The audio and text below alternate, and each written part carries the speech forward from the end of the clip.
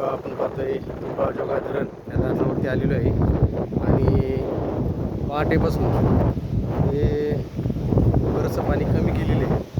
त्यामध्ये आता आपण काकांना विचारूया की पाणी किती सोडत होते ना आता किती पाहत आहे. एकच दरवाजा चालू आहे सध्या. काका आता सकाळी किती वाजता बाकीचे दरवाजे बंद केलेले?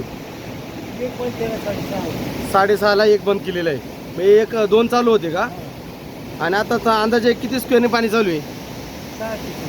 600 ना.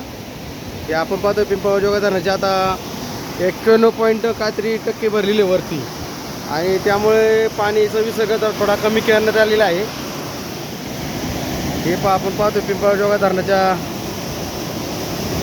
डॅमवरती आपण धरणाच्या याच्यावरती आणि काका अगदी चांगले काम करतात.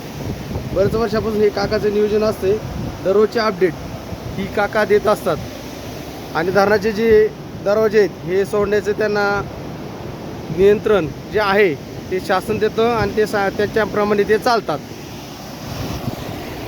हे पहा इकडे पिंपळगाव धरणाचा साठा जो असतो तो असा भरपूर झालेला आहे.